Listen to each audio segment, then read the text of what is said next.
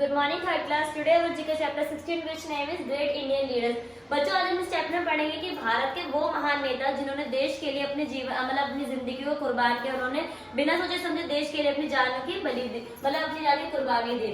यहाँ पर एक लाइन है, many great leaders who were born in India who dedicated their life for the nation। यानी कि भारत में बहुत से राजनेता ऐसे पैदा हुए जिन्होंने अपनी जिंदगी को देश के नाम कुर्बान किया।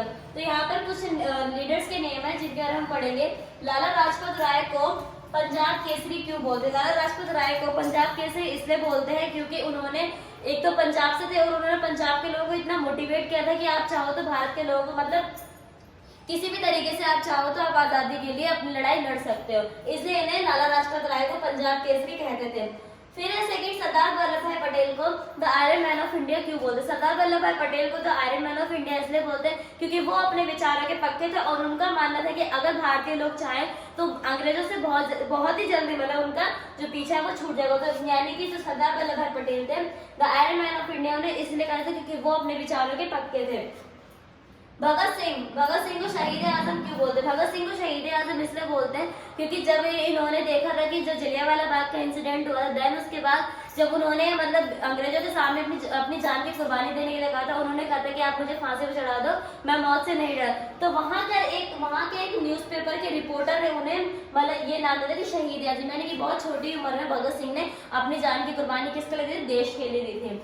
फोर्थ है, बाल गंगाधर तिलक को लोकमान्य क्यों बोलते हैं? बाल गंगाधर तिलक को लोकमान्य इसलिए बोला जाता है क्योंकि बाल गंगाधर तिलक जो थे वो राष्ट्रीय नेता थे और उन्होंने हमेशा ही भारतीय लोगों को सपोर्ट किया ताकि आप अपनी लड़ाई लड़े और हम आपके साथ हैं। तो लोकमान्य का कि लोगों के दिल में इनके लिए बहुत इज्जत थी, बहुत मान सम्मान था।